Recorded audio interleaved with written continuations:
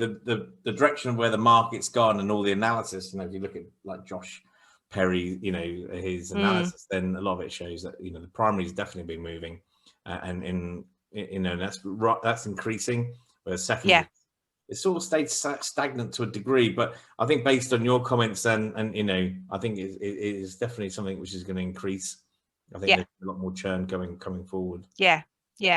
And it's interesting that ESS don't have, I'm not sure whether there is a roadmap. I might be wrong. I'm not sure whether there is the roadmap for the secondary version being in the cloud. They've concentrated on the primary version, which is a big market.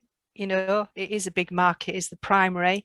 But I'm not sure whether we're getting that feeling of there's going to be just round the corner a secondary version. So I assume that's something that ESS will now start to work on, because I feel that is I think, you can go hosted with SIMs, but it doesn't feel like a cloud product, if you know what I mean. No. So yeah, unfortunately you still have to have it's I'm assuming it's through Citrix, the actual front end is. Yeah, indeed. Oh well, I think I agree. I think SIMs, whoever owns it needs to bring out needs to really bring out their primary system, but also the secondary as well. There needs to be a roadmap. I agree with you. Some form of communication. And I think what we're feeling from ESS is that the company that have taken them over are definitely intending to invest and and push the Sims 8, Sims Primary, whatever you want to call it, out to market fairly quickly. Going back to the comment I made earlier about schools liking the Sims feel and how everything. We showed Sims 8 or Sims Primary to a set of schools, and they all went, "Yeah, but it doesn't look like the old one," and I like the old. Oh, there's no keeping some people. But that's the way it is, isn't it? You can't please everybody, and you just have to make some really bold decisions sometimes.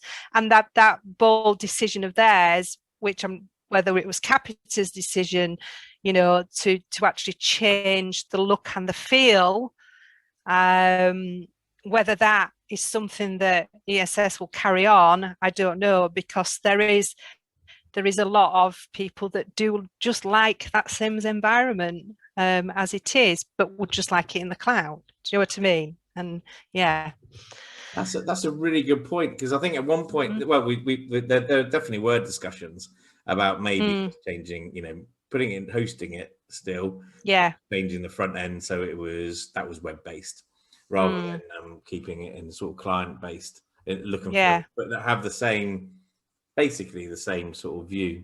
That was interesting. Yeah, but no, it's gone into a different type of view. Yeah, it's as it has. Yeah.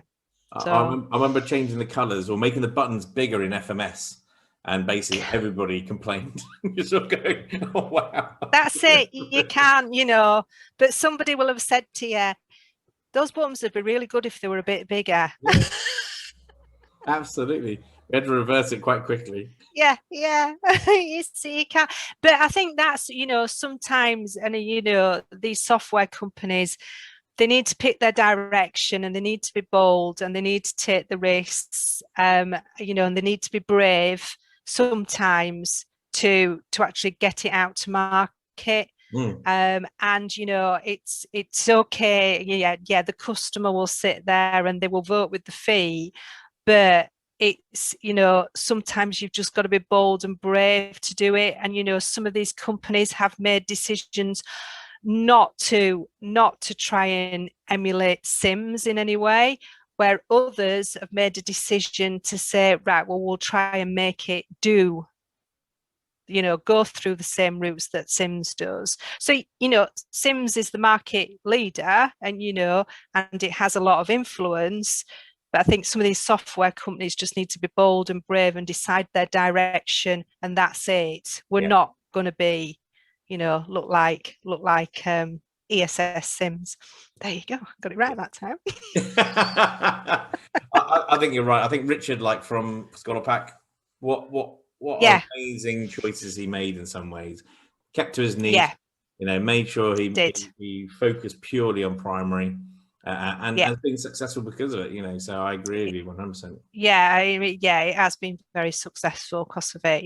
And you could see that he committed to his vision totally, and wasn't going to allow other people to say, actually, we'd like it to, I'd like a drop down menu with the routes to follow.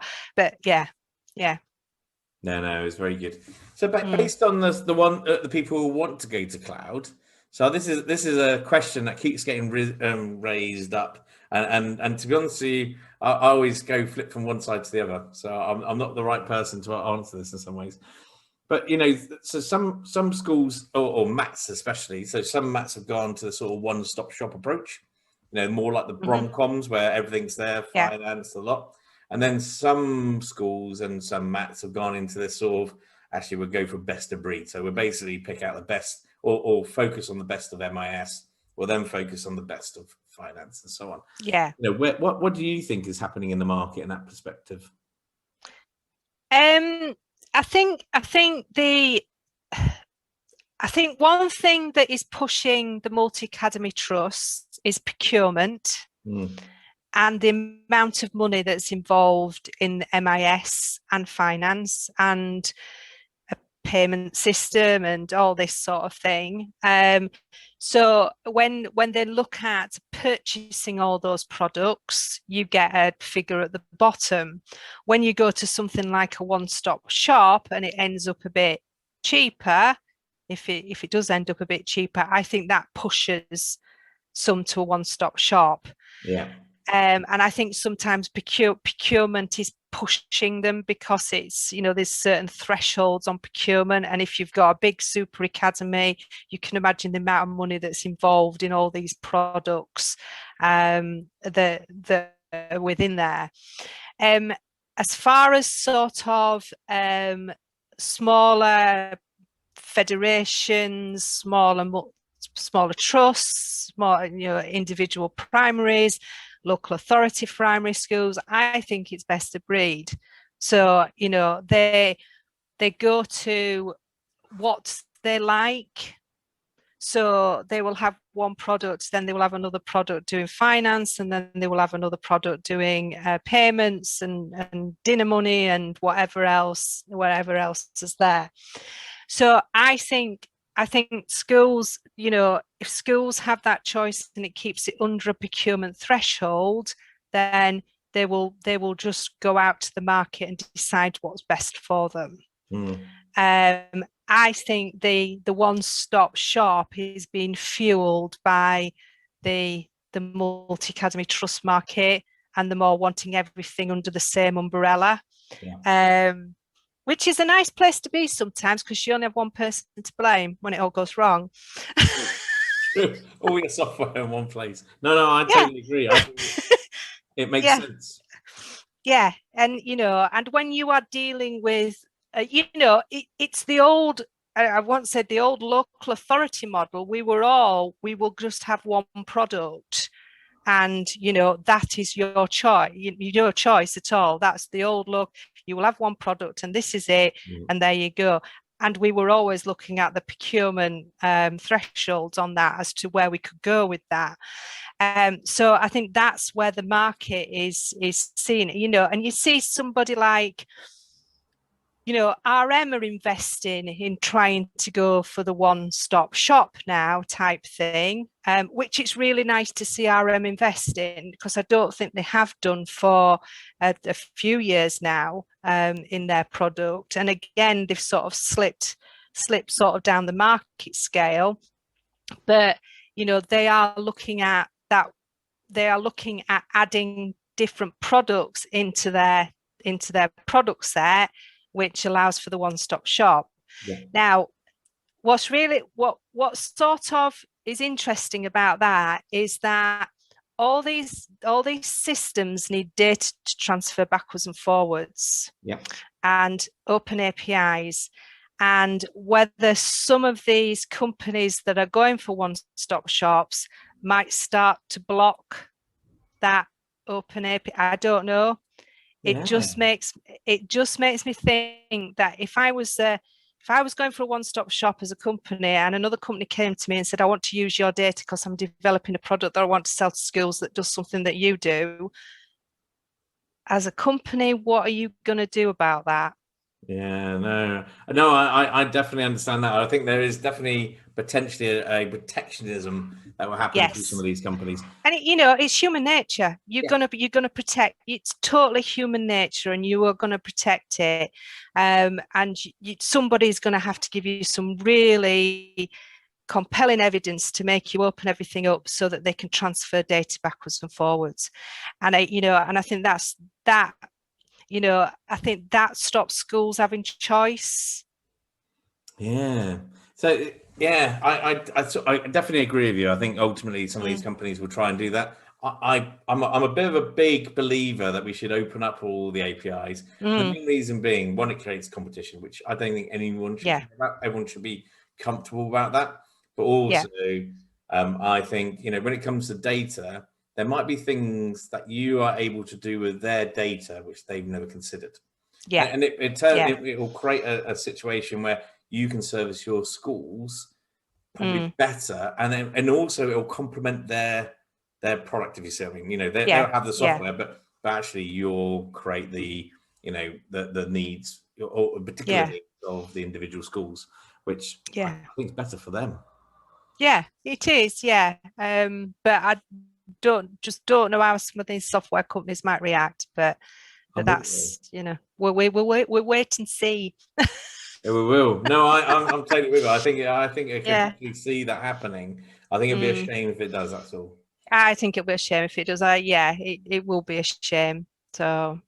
Oh man, because I think ultimately, the additional services that you deliver, and it's partly to do with regional, local, and also because you get to know your schools better.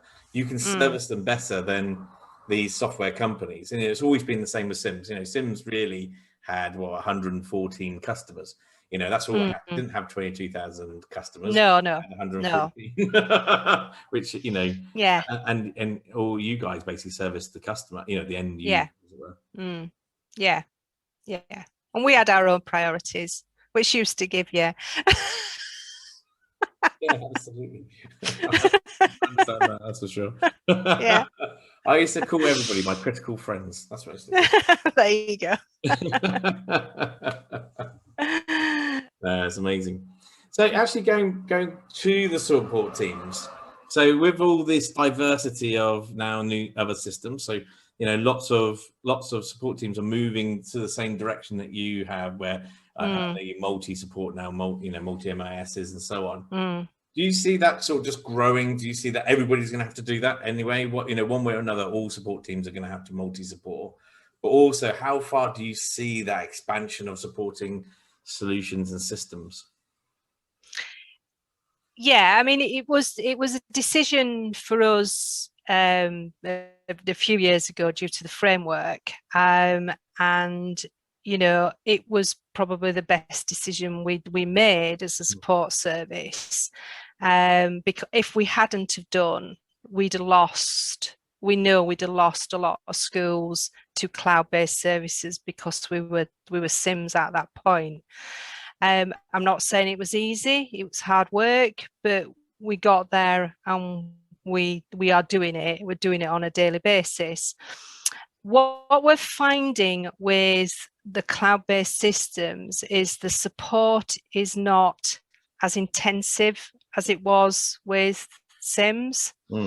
The software seems a lot more intuitive, and also the market that we've probably got most of the cloud in, which is the primary schools, are just using the system on a day-to-day basis, and that's it, and there's no issues with it. So I think picking your products carefully is one thing. Yes, we do have Sims and we do have Bromcom, and they are in the bigger schools and they're in the secondary schools, and they are, they are quite support intensive at times. But I think,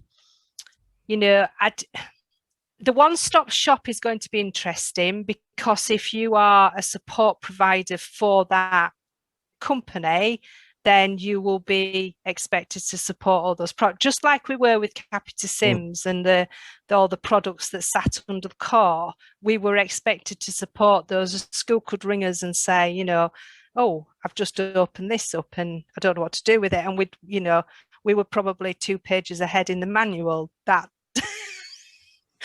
I shouldn't say that, really, should I? But anyway. You're right. But as a support service, one of the most important things for us is having that partnership agreement with the companies and having a really good relationship with that company. So that if something does go wrong or we are having issues, I can speak openly with them about the issues and have the confidence that they are sorting it for us. Yeah. And that is one thing. So I've no qualms about taking on other companies or other support, doing support for other companies, as long as I've got that strong relationship where I know that I can ring Scholar Pack, I could ring Richard and go, we've got a big problem here, I need this sorting, and Richard would go, right, we'll get it sorted for you. Really strong links with account managers is how I feel that our support works best. And being really, it's not a case of just selling a product, see if it goes wrong, just give us a ring and we'll try and sort it. It's about being in partnership with that support company, which adds value to us and also allows me to say to schools, look, if this goes wrong, I'm taking the risk here and I will get it sorted for you. No, I'd say it's interesting, because ultimately I think some of the companies, I'm not going to name companies, but I think some of the companies really want a good commercial arrangement and support arrangement, and like you say, really work in that partnership. And I think others will obviously want you to recommend them and sort of support them in any way, but ultimately I think they still keep a slight distance. I think, in fact, all the companies to a degree, and I think some of them are starting to work this out, but I think all of them need to move much more closer to you guys, because it goes back to, your schools. And and we are if they use us well, if they use us and we use them well, we is a partnership arrangement. We can be as much of whether their sales force as what their sales force is. As you say, we know our schools, and when a school talks to us about an MIS product, I'm not going to say to, oh, you need to go with them because they're really nice. I'd leave the schools to make the choice.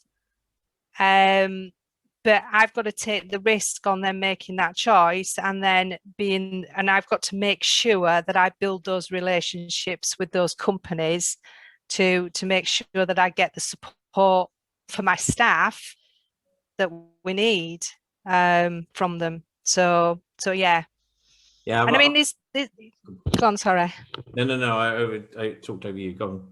There was sort of like there's always sort of sometimes and we will say to a school, look, ring our account manager directly. Just ring our account manager directly, and they'll talk you through what the experience is like and what it feels like.